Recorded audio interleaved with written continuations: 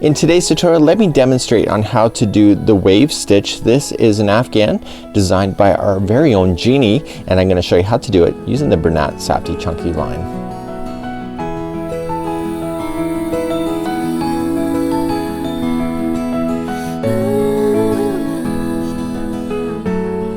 Welcome back to the Crochet Crowd as well as yarnspirations.com. I'm your host Mikey. Today's tutorial we're going to demonstrate on how to do the waves afghan, the blue waves afghan by our very own Jeannie.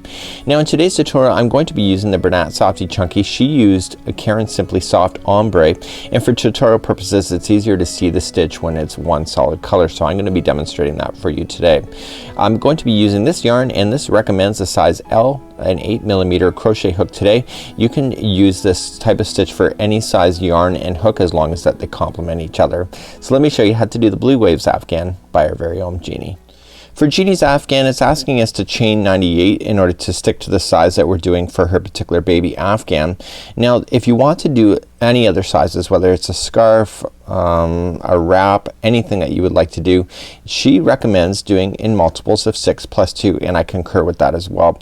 So these are consisting of waves that go up and down, so if you want to have the waves matching each other you have to keep them in sets of 6. So let me show you how to do this. So we're gonna start off with a slip knot first. And if you're doing her afghan then you're gonna chain 98. But if you would like to change the size, this is what you need to do.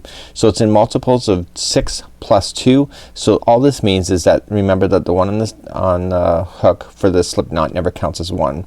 So you go 1, 2, 3, 4, 5, and 6. Is it big enough? Yes and no. If not, keep going. So 1, 2, 3, 4, 5, and 6. Is it big enough? Yes or no. If not, keep on going. So 1, 2, 3, 4, 5, and 6. So with her multiples of 6 plus 2, when you get to the size chain that you want to finish off with, you have to add 2 chains at the very end. So 1 and 2. So that's what that 6 plus 2 means.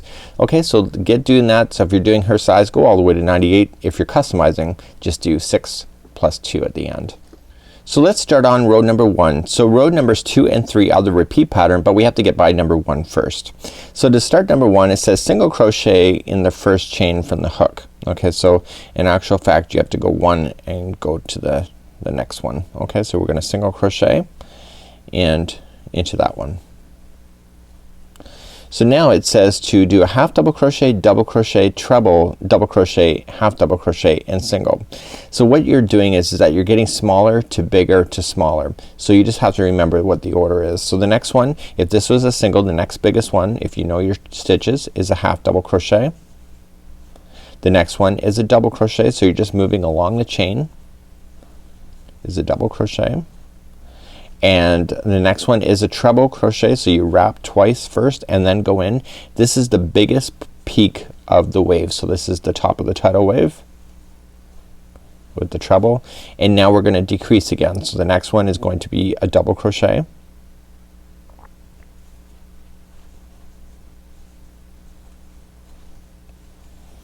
the next one is going to be a half double crochet because we're gonna get smaller, and the last one is going to be a single crochet, and that is the whole wave itself.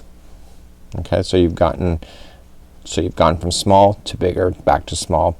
So now that you have this single crochet in, that is the single crochet that starts the next one as well. So you don't add a secondary single crochet. So you're immediately going to start making the wave bigger again. So the next one is going to be half double crochet. The next one is a double.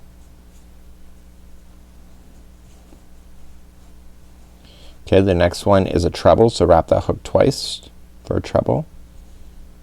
This is a really good learning tutorial I think for different size crochet stitches. Okay, so we're at the peak, so we have to get smaller again, so the next one then would be double to make it go down the wave on the other side. Okay, the next one should be a half double because it's even smaller than that, smaller than a double. And then the last one, you guessed it, it's a single crochet. So you're gonna continue all the way down the line like that until you get to the very end. So let's do the finishing. So we're gonna get bigger again, so it's gonna be a half double. We're going to go for a double crochet. We're going to go for a treble, so wrap that hook twice. Okay, go for the next one will be a double because now we're gonna get smaller.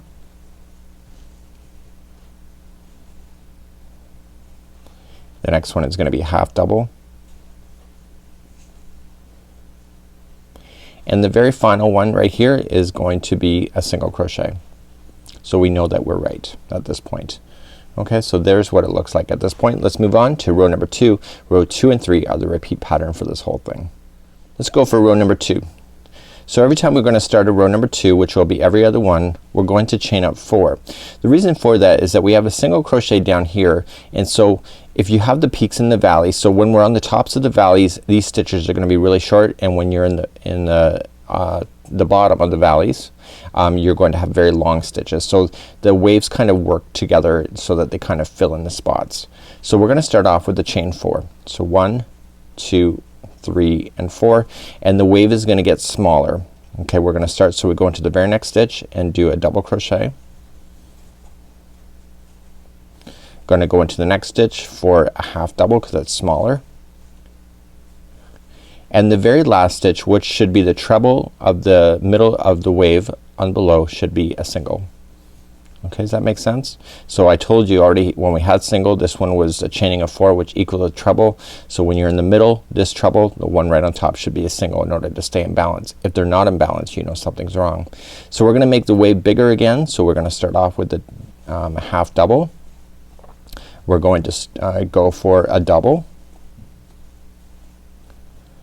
Okay, and this is the bottom of the wave, so this is a treble. So you're gonna wrap that hook twice. Again, the same logic is that because the one below is a single, this one should automatically be a treble. I need you to identify that because if you're ever going wrong and you're thinking that you're off, you just look for that, and that's a great sign. So the next one will be a double as we're gonna get smaller again, and then we're gonna go for a half double, even smaller, and then the final one is a single. Okay, and that's on the top of that treble that I can already see right there. Okay, so we're gonna keep going. So the next one's gonna be a half double, we're gonna get bigger. Next one's a double, even bigger than a half, and then a treble.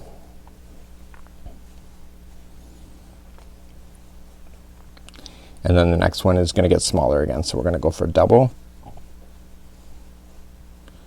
Then we're gonna go for a half, double. We're gonna go for a single. I'm just kind of comparing. Okay, this is the treble, that must be the single, and yes, that's right.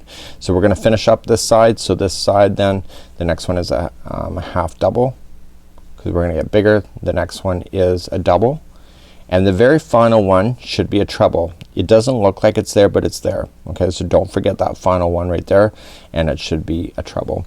Oh, sorry, so you have to wrap that hook twice for that final. So the way to remember that is that when you chained up 4 on the other side, you have to make sure that you're ending in a treble on the other side. Okay, so this is what it looks like at this point. Let's move along to row number 3, and then you can just repeat 2 and 3 for the remainder of your project. So let's turn our work and do row number 3.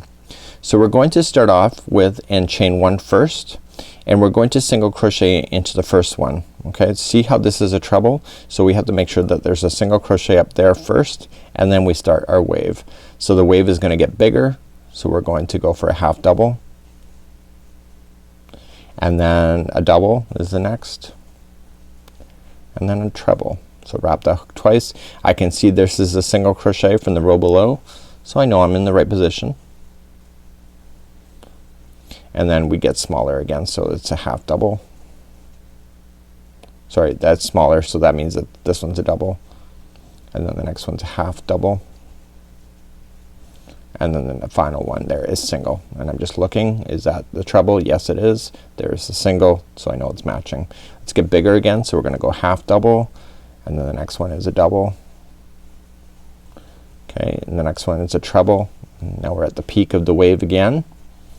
Okay, and then we're gonna get smaller again, so it's gonna go be double, half double, single, and then we're gonna get bigger again. So this half double, double, okay, treble, then we're gonna get smaller again, so it's gonna be a double, half double, and I have one more stitch left, and this is the treble here, and so the very top of that one should be a single, just like this. So that's how you do the wave, and if you use the variegated yarn like Jeannie suggests, you'll have a really interesting effect. But this is a very easy concept. She has a border as well, very simple, just rounds, just a couple, 2 or 3 rounds of the final border in order to make it work. But it's a really neat effect, and it's a really great idea, and you'll have some kind of texturing as well. Until next time, I'm Mikey on behalf of the Crochet Crowd as well as Yarn Inspirations, and extra thanks to our assistant Jeannie for creating this pattern for us to play with on camera today. Until then, we'll see you. Bye bye.